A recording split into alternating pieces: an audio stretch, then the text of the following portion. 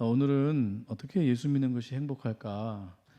예수 믿는 것이 행복하시리라 믿습니다. 네, 여러분 예수 믿는 것 참 좋고 행복한 일인데 우리가 어떻게 하면 더 예수 믿는 것이 행복할 수 있을까? 혹시 행복을 잃었다면 어디에서 문제가 생겨서 행복하지 않은 걸까?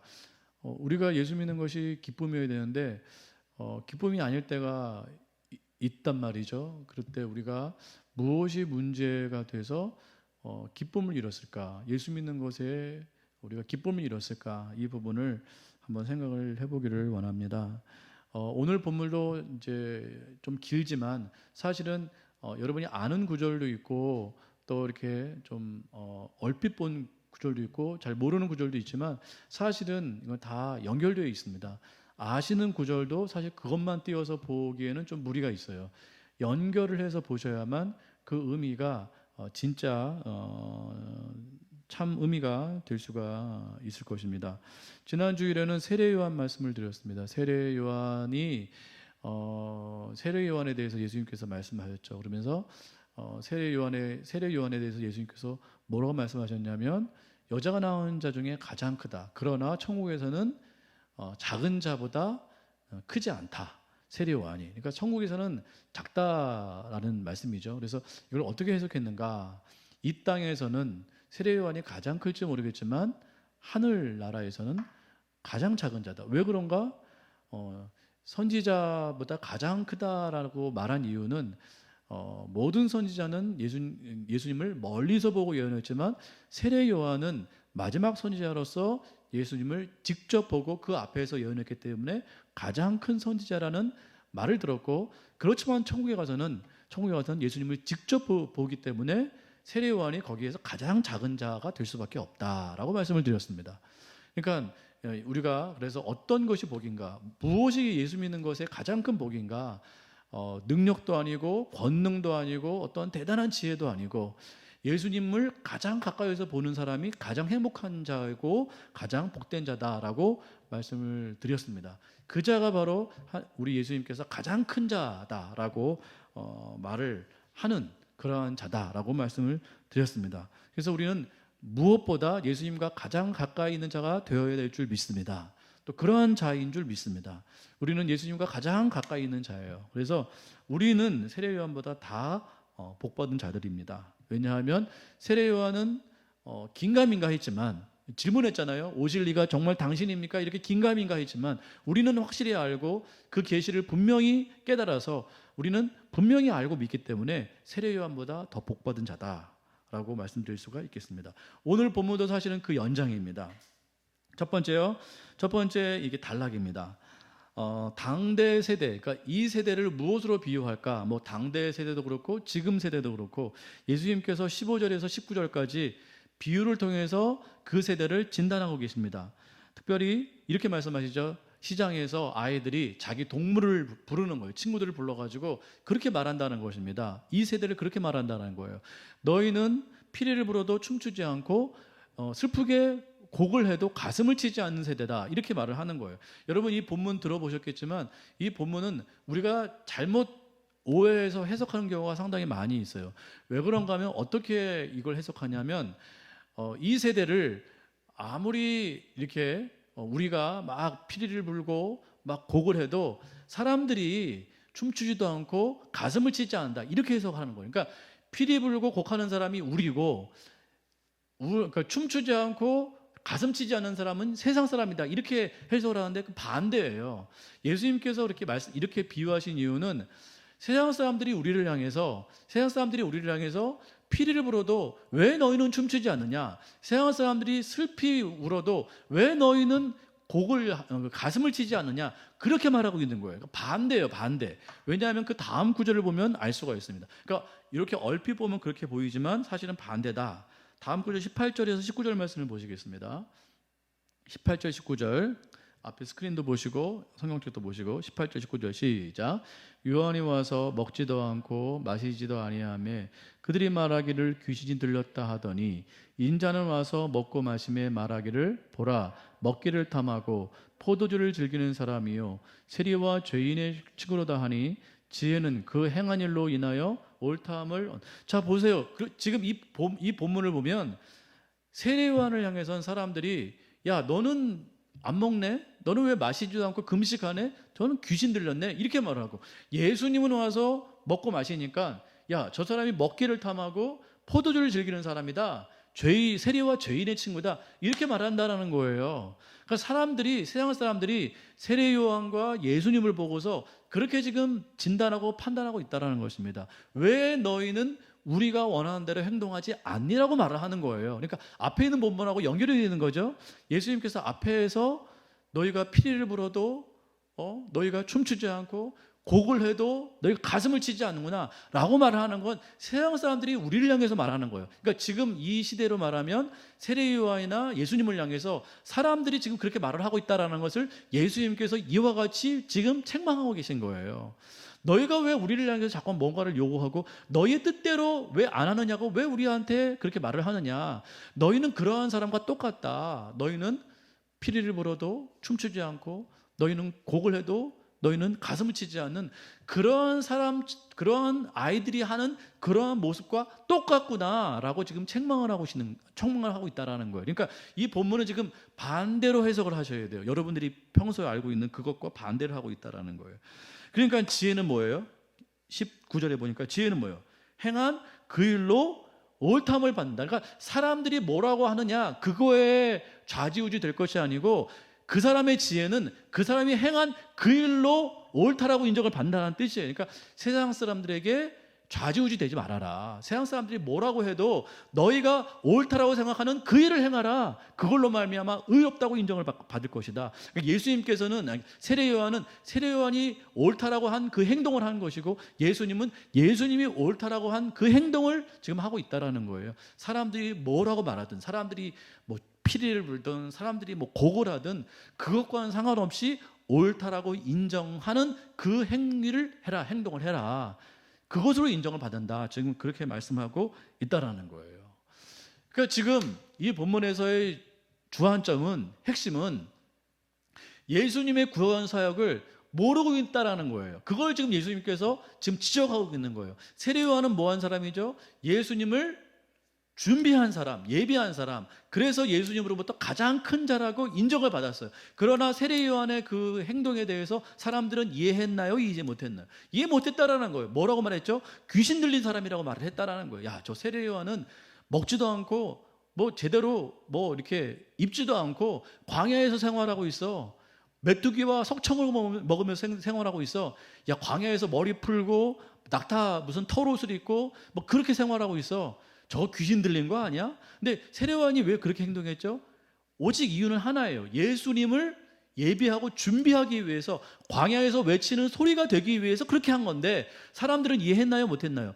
못했다라는 거예요. 그래서 귀신 들렸다라고 지금 오해하고 있는 거예요. 지금 그걸 지적하고 있는 거예요. 너희는 세례 요한이 왜 저러고 있는지 이해를 못하고 있어라고 지금 책망을 하고 있는 거예요. 예수님은 이제 오신 메시아예요.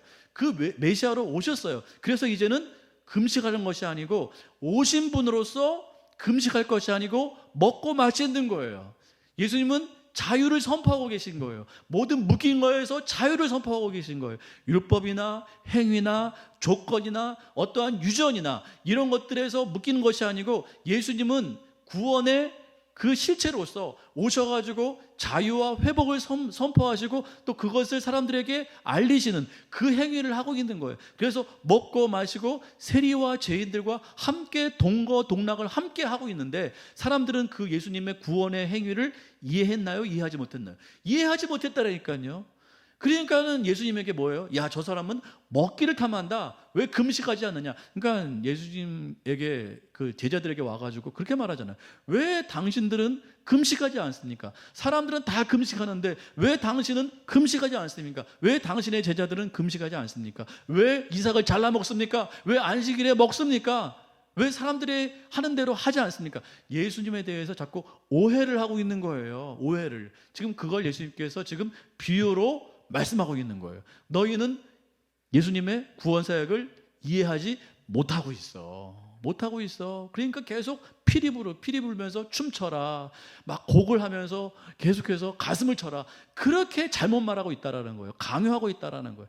세례 요한이나 예수님의 사역에 대해서 도저히 이해하지 못하고 있는 사람들을 향해서 예수님께서 이와 같이 말씀하고 있는 거예요. 우리가 이렇게 오해를 받고 있다라는 거예요.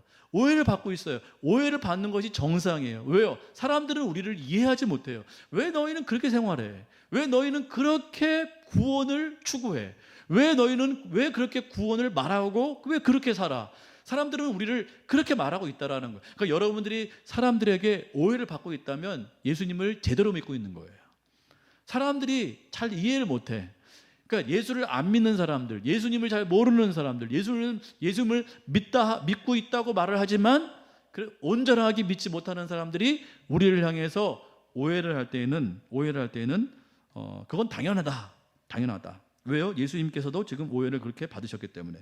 자, 두 번째 단락은 20절에서 24절이에요. 예수님의 말씀을 듣고도 회개하지 않고 반응하지 않는 그 지역, 그 고을들을 향해서 예수님께서 지금 책망하고 있는 말씀이에요. 그러니까 위에 있는 말씀과 연결되어 있습니다. 성경은 다 연결되어 있죠. 따로 떨어져 있지 않습니다. 그러니까 예수님의 구원을 이해하지 못하고 회개하지 않는 사람들, 자, 회개하지 않는 그 지역들은 예수님께서 가장 많이 사역하였던 그런 마을들이었어요. 예수님께서 권능을 가장 많이 행하셨던 그러한 지역이었어요. 그런 지역이 예수님을 믿었나요? 못 믿었나요? 못 믿고 있는 거예요. 예수님을 받아들이지 못하고 있는 거예요.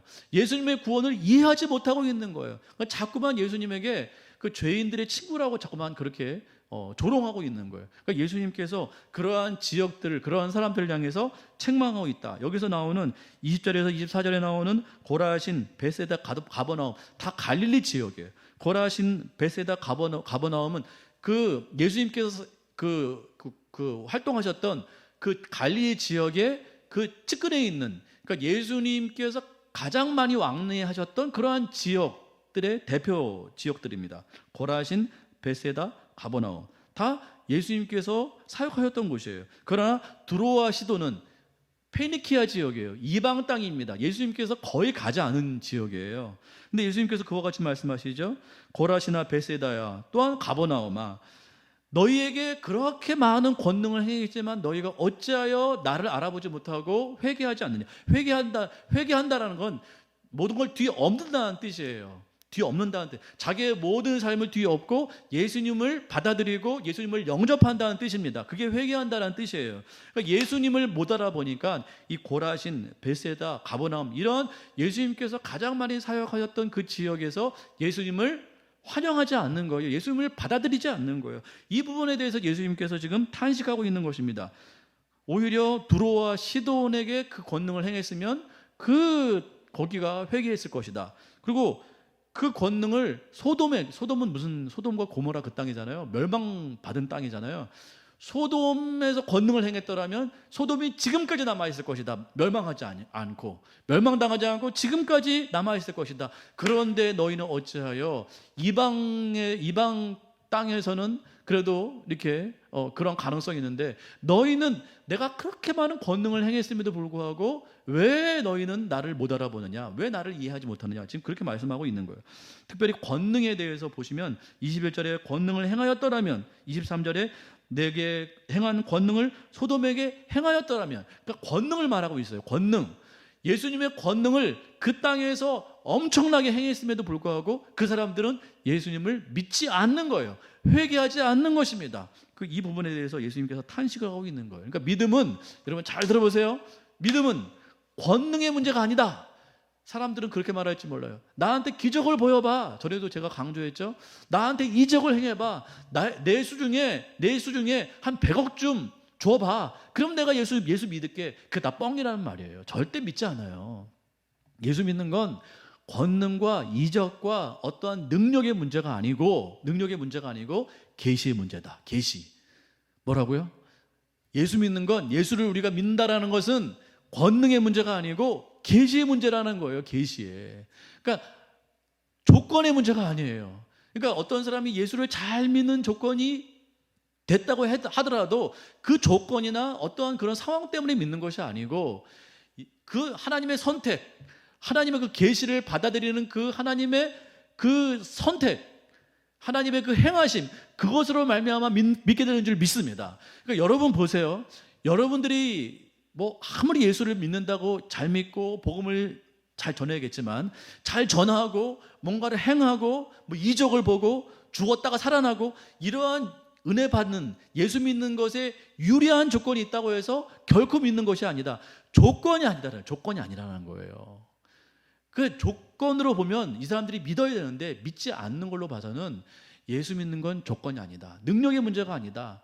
그러니까 여러분들이 예수를 믿는 건 기적에 가깝다라는 뜻이에요. 지금 여러분들이 예수를 지금 믿게 된 그 이유는 여러분들이 조건이 좋아서, 여러분들이 뭔가를 잘 행해서, 여러분들이 어떠한 지혜가 탁월해서, 뭐 여러분들이 뭔가 대단한 뭔가를 해서 믿는 것이 아니고, 그런 조건이 좋아서 믿는 것이 아니고 오직 하나님의 선택으로 믿는 거예요. 선택. 계시로 믿게 된 거예요. 그러니까 기적 중에 기적인 거예요. 그러니까 여러분 전도하시면서 낙심하지 말아야 돼요. 낙심하지 말아야 됩니다. 내가 아무리 말해도 못 믿을 사람은 못 믿게 되어 있어요. 전도는 왜 하는가? 하나님의 선택이 어디 있는지 모르기 때문에 전도하는 거예요. 그 선택을 제발 우리 가족이 받았으면 좋겠는데 그게 하나님의 뜻이 아니면 안 되거든요. 그러니까 여러분 실망하지 마세요. 절망하지 마세요. 여러분 감사하셔야 됩니다. 여러분들이 예수를 믿게 된 것은 하나님의 계시 때문에 믿게 된 거예요. 내가 뭔가를 했기 때문에 믿은 것이 아니고 그런 것이 아니라는 것입니다. 그러니까 여러분들 정말 일단은 첫 번째 감사하셔야 되고, 그리고 예수 믿지 않는 그러한 사람들 때문에 절망하지 마셔야 돼요. 절망하지 마셔야 됩니다. 정말 이건 너무너무 중요한 문제고, 오늘 핵심 중에 핵심이라는 거죠. 세 번째 단락 보세요. 25절에서 27절까지의 말씀. 갑자기 예수님께서 하나님께 기도를 하십니다. 기도의 어조로 바뀌어요. 25절, 26절 다 같이 보시겠습니다. 시작. 그때 예수께서 대답하여 이르시되 천지의 주제이신 아버지여, 이것을 지혜롭고 슬기 있는 자들에게는 숨기시고 어린아이들에게는 나타내심을 감사하나이다. 옳소이다. 이렇게 된 것이 아버지의. 자, 이게 예수님께서 결론을 딱 내리시는 거예요. 지혜롭고 슬기 있는 자들에게는 우리 하나님께서 감추셨대요. 가리셨대요. 뭘요? 복음이죠. 복음. 그래서 천지의 주제라는 것은 퀴리오스, 주라는 뜻입니다. 퀴리오스, 주제, 주권자, 통치자라는 뜻이에요. 그러니까 천지의 모든 것을 주관하시는 절대 주권자 하나님 아버지, 이렇게 지금 말하고 있는 거예요. 절대 주권자이신 하나님 감사합니다. 왜요? 이것이 뭐예요? 복음을, 예수 그리스도를 믿어서 구원에 이르는 이 복음을 슬기롭고 지혜 있는 자에게는 뭐 하셨어요? 감추셨어요. 왜요? 그걸로 믿는 것이 아니기 때문에. 그러니까 그 사람들이 지혜와 슬기로움 때문에 믿게 되는 것이 아니라고 지금 말씀하고 있는 거예요. 그런 자들에게는 하나님께서 감추셨어요. 그리고 어린아이처럼 약하고 부족한 자에게는 그 복음을 어떻게 하셨대요? 나타내셨대요. 드러내셨대요. 그러니까 이게 뭐예요? 에베소 2장에 있는 모든 우리가 구원을 얻게 된 모든 것은 오직 하나님의 은혜라고 말하는 거예요. 선물이라고 말하는 거예요. 그래서 자랑할 것이 있나요? 없나요? 없어요. 그래서 이것을 우리가 해석할 때 지혜롭게 슬기로운 사람이라는 것은 공부 많이 한 사람, 뭐 학식이 뛰어난 사람, 이런 사람을 말하는 게 아니에요. 스스로 뭔가를 자랑하는 사람, 잘 알 수 있다라고 말하는 사람, 그러니까 조건이 있는 사람, 뭔가 사람들이 보기에는 뭐 조건이 있는 사람, 대단한 사람, 이런 사람이 아니라는 거예요. 그러니까 우리 하나님께서는 절대 주권자로서 그러한 인간적인 조건으로 선택을 해서 구원을 주시는 분이 아니고, 오히려 사람들이 보기에는 조건이 안 되는 사람, 부족한 사람, 연약한 사람들에게 이 구원의 계시를 여셔서 그 사람들에게 구원을 얻을 수 있도록 하나님께서 행하신다는 뜻이에요. 근데 여기서는 부족하다라는 것은 못 사는 사람, 가난한 사람, 뭐 병든 이런 사람을 말하는 것이 아니고, 구원 얻기에 부족한 사람, 전혀 관계가 없을 것 같은 사람. 자, 이걸 지금 정리를 하면 뭐냐면, 이것이 조건이 아니라는 거예요. 그러니까 뭐 부자인 사람, 뭐 돈 많은 사람, 많이 배운 사람은 예수 못 믿고, 가난한 사람, 병든 사람, 뭐 학식이 부족한 사람만 예수 믿는다, 이걸 말하는 게 아니에요. 이거 강조하고 있는 건 뭐냐면 사람들이 생각하는 그 조건이 아니라는 걸 지금 말하고 있는 거예요. 사람들이 생각하는 조건이 아니야. 예수 믿는 건 사람들이 생각하는 그 조건이 아니다라고 지금 말씀하고 있는 것이에요. 이렇게 된 것이 하나님 아버지의 뜻이기 때문에 그렇습니다. 사람의 뜻이 아니에요. 사람의 뜻이 아니에요. 그러니까 여러분 그렇게 말씀하시면 안 돼요. 저 사람은 예수를 당연히 믿고 복받을 만한 사람인데 저렇게 착한 사람이 어떻게 지옥 갈 수 있어? 저렇게 착한 사람이 어떻게 예수 안 믿을 수 있어? 이렇게 말씀을 하시면 안 되는 거예요. 그건 사람이 보는 조건이기 때문에 그렇습니다. 정말 하나님 보시기에는 어떤 사람이 예수 믿게 될지 우리는 몰라요. 우리는 죄인 중에 괴수였잖아요. 사실은 너무도 죄가 많은 사람이었잖아요. 근데 왜 나 같은 자를 선택하셔서 왜 나를 구원하셨는지, 이건 비밀 중에 비밀이라는 것이에요. 이건 모르는 거. 그래서 예수님께서 하나님께 감사합니다라고 고백하는 거예요. 이렇게 된 것이 다 아버지의 뜻입니다. 이것이 다 아버지의 뜻입니다. 은혜입니다라는 뜻이에요. 이게 성경적 언어로는 은혜입니다. 은혜는요, 마음이 좋아지는 게 아니에요. 은혜는 복 받은 게 아니에요. 은혜는 뭔가 눈물 흘리는 게 은혜가 아니에요. 은혜는 하나님의 전적인 뜻으로 이루어졌다는 것, 이것이 바로 은혜입니다. 하나님 감사합니다. 이것이 아버지의 뜻입니다. 아버지의 주권입니다. 이게 은혜예요. 우리가 사람이 이렇게 어떤 그런 사람이 생각하는 그런 조건으로 우리가 생각한다면 저만 해도 전혀 은혜 받을 수 있는 조건이 안 됩니다. 너무 지금도 죄를 짓고 있기 때문에 그런 조건으로 따지면 탈락이죠. 탈락. 전 탈락.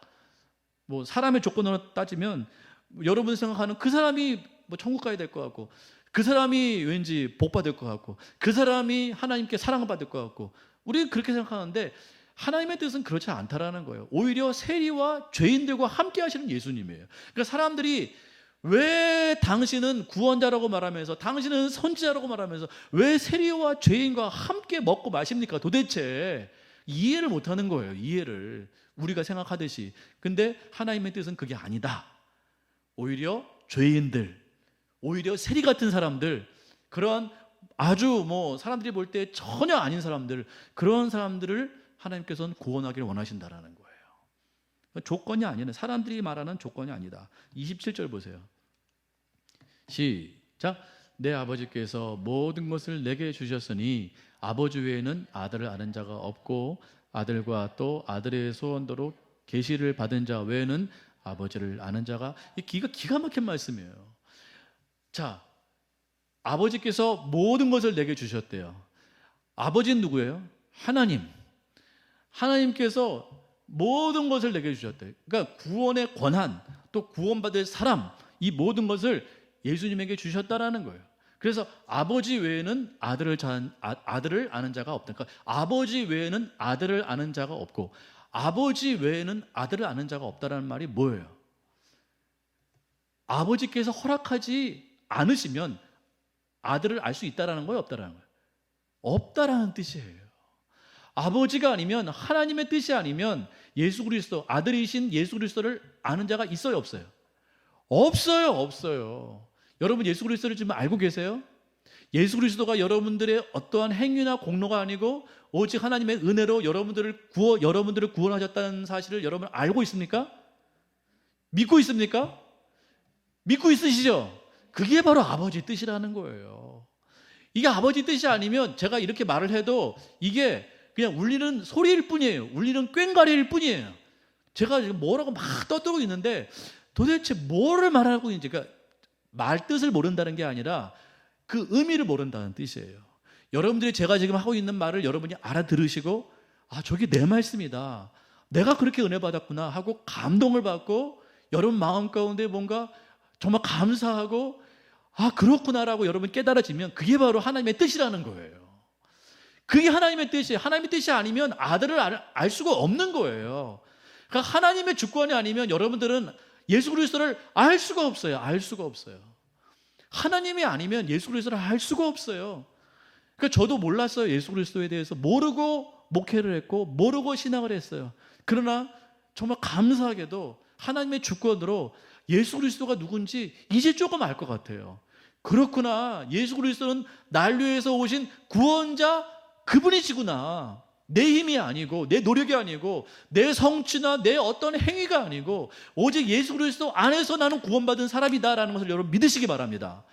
그걸 믿고 있다면 여러분들은 하나님의 뜻 안에 있는 거예요. 여러분들이 잘나서 믿은 것이 아니고, 여러분들이 지혜로워서 믿은 것이 아니고, 공부를 많이 해서 믿은 것이 아니고, 성경을 100번 읽어서 여러분이 믿게 된 것이 아니고, 물론 유리하겠죠. 그러나 지금 예수 그리스도를 믿게 된 것은 다 하나님의 뜻이라는 거예요. 다. 두 번째요. 그리고 아버지 외에는 아들을 아는 자가 없고, 또 아들과 또 아들의 소원대로 뭐예요? 계시를 받은 자 외에는 아버지를 아는 자가 있어요, 없어요? 없어. 이것도 기가 막힌 말이에요. 여러분 하나님을 아세요? 여러분 이거 보세요. 예수 그리스도를 통하지 않고는 누구도 아버지를 알 수가 없어요. 이 말씀 뭐죠? 내가 곧 길이요 진리요 생명이 나로 말미암지 않고는 아버지께로 올 자가 없다라는 거예요. 이게 핵심이에요. 예수 그리스도를 통하지 않고서 누구든지 아버지를 알 수 있나요, 없나요? 없다라는 뜻이에요. 그러니까 예수 그리스도를 빼고서 하나님을 안다? 다 뻥이에요. 예수 그리스도를 통하지 않고 내가 하나님을 알았다, 나 하나님을 섬긴다, 하나님께 예배한다, 다 뻥이라고요. 다 가짜예요. 지금 성경에서 분명히 말하고 있잖아요. 성경에서 말하고 있는 것을 여러분 믿으셔야 돼요. 예수 그리스도를 통하지 않고는 또 예수 그리스도께서 소원대로 기도하고 간청했던 그 계시를 받은 사람 외에는 아버지를 알 사람이 없어요. 그러니까 모든 건 예수 그리스도를 통해서 알게 된다는 뜻이에요. 더 기가 막힌 건 예수 그리스도께서 지금 기도하고 있다는 거예요. 어떠한 한 사람을 지목해서 기도하고 있어요. 예수 그리스도께서 지금 소원하고 있어요. 저 사람에게 계시를 부어 주십시오. 저 사람에게 계시를 좀 알게 해 주십시오 라고 예수 그리스도께서 기도한 사람만이 하나님을 알 수가 있다는 거예요. 예수님께서 지금도 기도하고 계신 거예요. 우리 이예지, 내가 사랑하는 귀한 딸 예지, 그 소원대로 하나님에 대한 계시를 좀 열어주세요.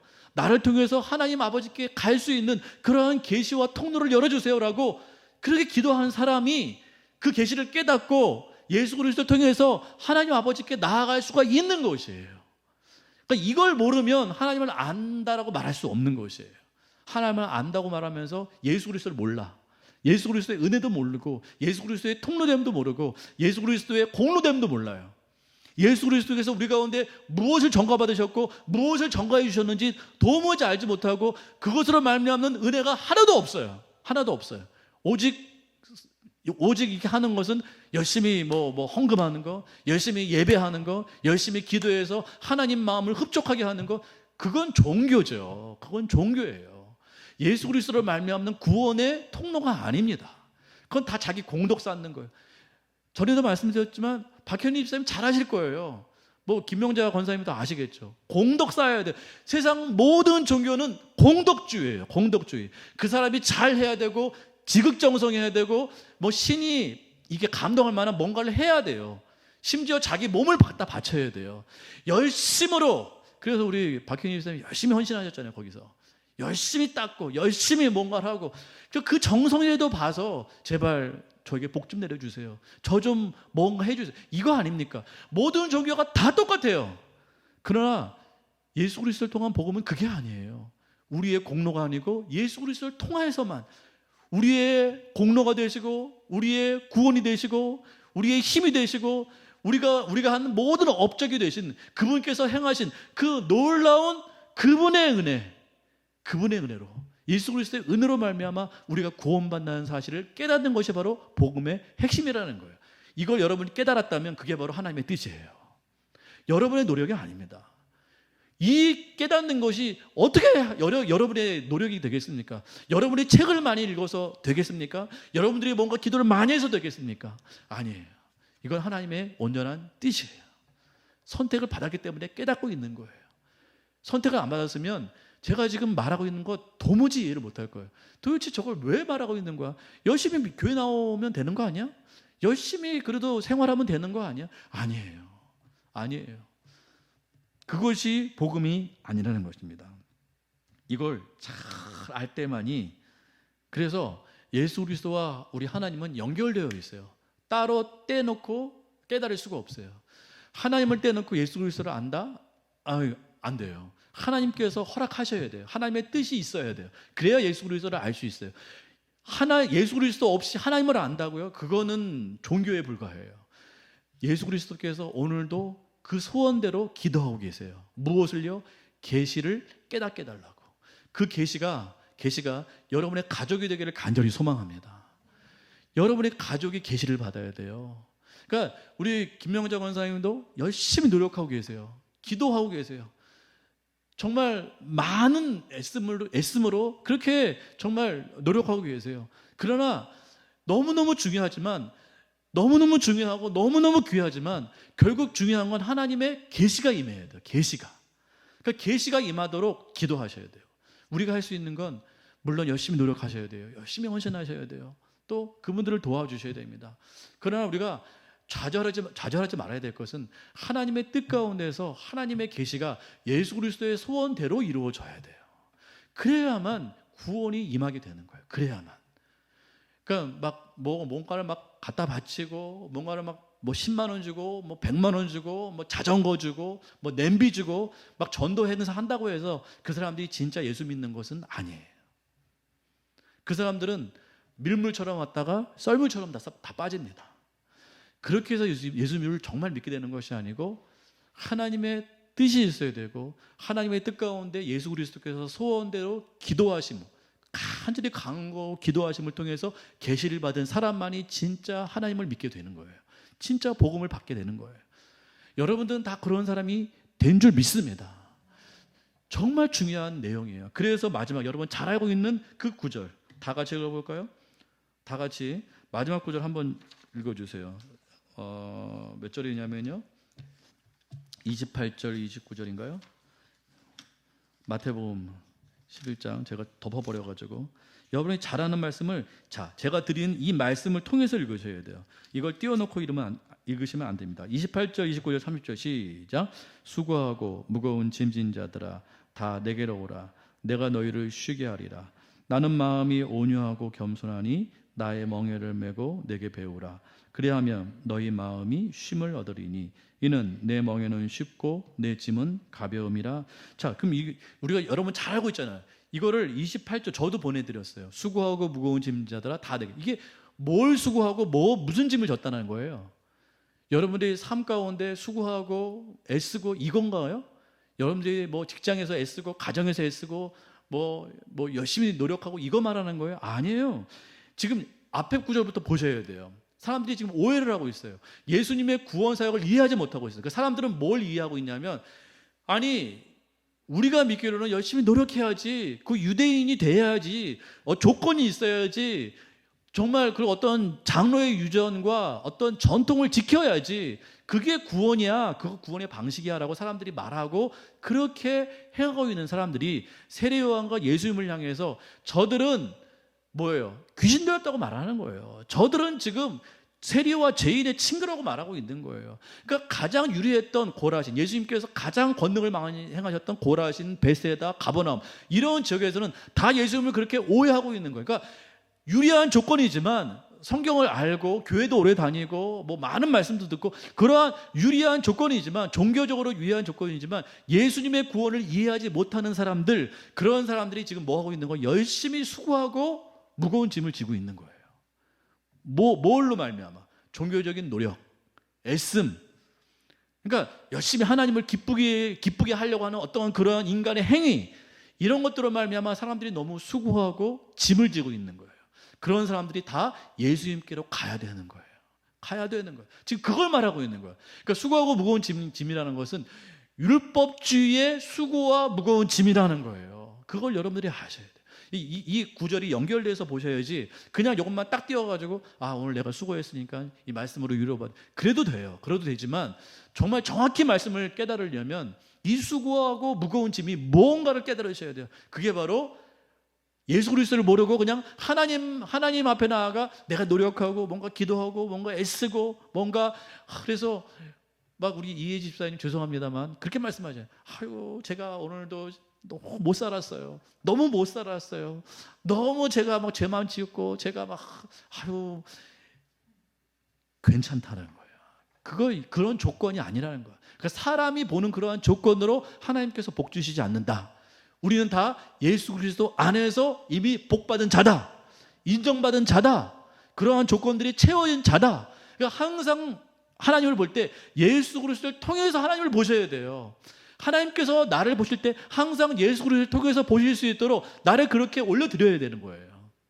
그러니까 여러분들 여기 나오셨을 때 정말 하나님 앞에 나가셨을 때 그런 마음 가지시기보다는 예수 그리스도께서 나를 대신하셨다. 예수 그리스도께서 내 대신 모든 만족을 다 하나님께 채워드렸다. 그 믿음으로 나아가시기를 바라겠습니다. 그게 진짜 믿음이라는 거예요. 그럴 때 수고하고 무거운 짐들이 다 벗어지게 된다는 뜻이에요. 수고하고 무거운 짐진다더라. 하나님께 뭔가 만족을 주려고, 하나님께 뭔가를 채워드리려고 애쓰고 수고했던 모든 수고하고 무거운 짐진다더라 다 누구께 오라? 예수께 오라고 말하는 거예요. 지금 예수님께 오라는 거예요. 이거 하나님께 오라는 뜻이 아니에요. 예수님께 오라. 너희를 어떻게 하리라? 쉬게 하라. 그러면 이제 쉬게 되는 거예요. 예수를 믿으면 쉼이 있어야 돼요. 안식이 있어야 돼요. 편안해야 돼요. 우리가 잘해서 편안한가요? 우리가 뭔가를 많이 해서 편안한가요? 분위기가 좋아서 편안한가요? 아니라는 거예요. 우리의 모든 짐을 예수님께 다 맡겨드렸기 때문에 우리가 쉼을 누리게 되는 줄 믿습니다. 그러니까 우리 가운데 만족을 시키려고 했던 모든 무거운 짐을 예수님께 다 전가했기 때문에 우리가 진짜 쉴 수 있는 거예요. 이걸 우리가 알기 전까지는 우리는 절대 쉴 수가 없어요. 우리가 예수 그리스도를 온전히 알기까지는 우리는 절대 쉴 수가 없어요. 항상 노심초사예요. 항상 죄 지은 것 때문에 걱정과 염려가 돼. 이러다가 벌 받는 거 아니야? 뭔가 조금만 잘못해도 내가 벌 받았구나. 하나님께 내가 좀 벌 받고 있구나. 이렇게 살다가 내가 지옥 가는 거 아니야? 나 정말 구원받은 거 맞아? 항상 노심초사예요. 그리고 항상 벌벌 떨고 있어요. 항상 뭔가 이렇게 부족하니까 항상 이렇게 사람 보이게도 이게 부족하니까 항상 염려하고 근심하고 하나님 볼 땐 더하고 불꽃 같은 눈동자로 나를 살피고 있으니까 내가 항상 염려하고 두려운 거예요. 쉼이 있겠어요? 이 말씀 보세요. 쉼이 없어요. 그러니까 그런 모든 조건들을 내가 갖추어야 될 모든 조건들을 예수 그리스도께 맡기는 거예요. 예수 그리스도께 전가시키는 거예요. 그래야만 우리는 쉼을 얻을 수가 있는 거예요. 그 예수 그리스도를 통해서 항상 나를 보시기 때문에 나는 항상 하나님 앞에 설 때 떳떳하고 자랑스러운 거예요. 그제서야 쉴 수 있어요. 하나님 앞에 우리가 떳떳하고 당당해야 우리가 쉼을 얻을 수가 있다는 뜻입니다. 그리고 29절 보세요. 나는 마음이 온유하고 겸손하니 나의 멍에를 배우래요. 멍에를 배고 예수님께 배우래요. 이게 뭘 배우라는 거예요? 이게 여기서 말하는 멍에가 뭡니까? 이게 복음이에요. 복음. 예수 그리스도를 믿어서 얻게 되는 복음의 멍에를 매시기 바랍니다. 그건 뭐예요? 쉼을 얻는 비결이에요. 쉼을 얻는 비결. 내가 노력하고 내가 뭔가를 애써가지고 하나님의 만족을 채우려고 하지 말고 예수님의 마음이 온유하고 겸손한 분이기 때문에 모든 짐을 다 달게 지시는 너무 좋은 분이기 때문에 예수님께 전가시키라는 뜻이에요. 그러면 쉼을 얻게 된다는 뜻입니다. 그래서 30절 다 같이 다시 한번요. 시작. 이는 내 멍에는 쉽고 내 짐은 가볍기 때문에 그렇다라는 거예요. 예수를 믿게 되는 것은 쉽고 가볍습니다. 놀라운 비결이에요. 예수 믿는 건 고행이 아닙니다. 예수 믿는 거는 뭔가 막 업적을 쌓는 그런 공덕주의가 절대 아니에요. 여러분들의 모든 이러한 그 신앙적인 사고방식에서 이렇게 자유함을 누리시길 바라겠습니다. 자유함을 누리셔야 돼요. 그래야 예수 믿는 것이 기쁘고 행복이 된 줄 믿습니다. 그래서 우리가 기쁘고 행복의 가장 유일한 조건, 가장 큰 조건은 많이 있어요. 우리가 예수 믿을 때 기쁘고 행복할 수 있는 그러한 일들은 많이 있습니다. 기도할 때 마음이 편하고 예배할 때 너무 마음이 좋고 찬양 오늘 이혜지 집사님이 찬양 들을 때 마음이 기쁘셨죠. 그런 조건도 많이 있어요. 행복이에요. 그러나 이것은 부차적인 기쁨이고 진짜 핵심적인 기쁨은 뭐예요? 우리의 모든 만족을 누가 다 채우셨다? 예수 그리스도께서 다 채우셨다. 그 짐은 쉽고 가볍다. 야, 이것만큼 좋은 기쁨이 어디 있습니까? 날아갈 때 기쁘잖아요. 안 기쁘세요? 여러분이 지금 기쁘시다면, 여러분이 지금 쉼을 얻었다면 그게 바로 하나님의 뜻이라고요. 그게 복음에서 나오는 기쁨이에요. 다른 거는 잠깐. 그러니까 돈 좀 만지면 돈 있으면 기쁘고 없으면 슬프지만 이건 누구도 뺏을 수 없는 기쁨이에요. 우리가 뭐 어디에 있든지, 뭐 우리가 좀 돈이 있든지, 돈이 좀 부족하든지, 건강이 좀 있든지, 건강이 좀 부족하든지, 이것과는 상관이 없는 기쁨이에요. 영원한 기쁨. 예수님께서 나의 모든 걸 채우셨다는 이 기쁨. 나의 모든 부족한 건 예수님께 다 전가되었고, 예수님의 완전한 의는, 오늘 찬양도 그랬잖아요. 완전한 의는, 완전한 사랑은 나에게 전가되었다는 이 기쁨. 이 기쁨은 뭐 사람이 뺏을 수가 없죠. 환경이 뺏을 수가 없죠. 어떤 조건이 앗아갈 수 없죠. 완전한 기쁨이고 완전한 만족인 줄 믿습니다. 이 안에서 우리는 살아가는 거예요. 그러면 예수 믿는 게 쉼이 될 수 있는 거죠. 쉼이 될 수 있는 거예요. 예수 믿는 걸 여러분 정말 기뻐했으면 좋겠어요. 예수 믿는 게 행복했으면 좋겠어요. 예수 믿는 게 참 만족이 됐으면 좋겠습니다. 그래서 뭔가를 막 이렇게 뭔가 분위기가 좋고 뭔가 막 행복하고 물론 공동체가 좋고 다 좋은 거지만 이것보다 더 근원적인 기쁨은 바로 복음의 기쁨이다. 그러면 우리는 행복할 수 있다. 우리 교회가 행복하시죠? 제가 지금 강요하고 있습니다. 우리 교회는 행복한 교회입니다.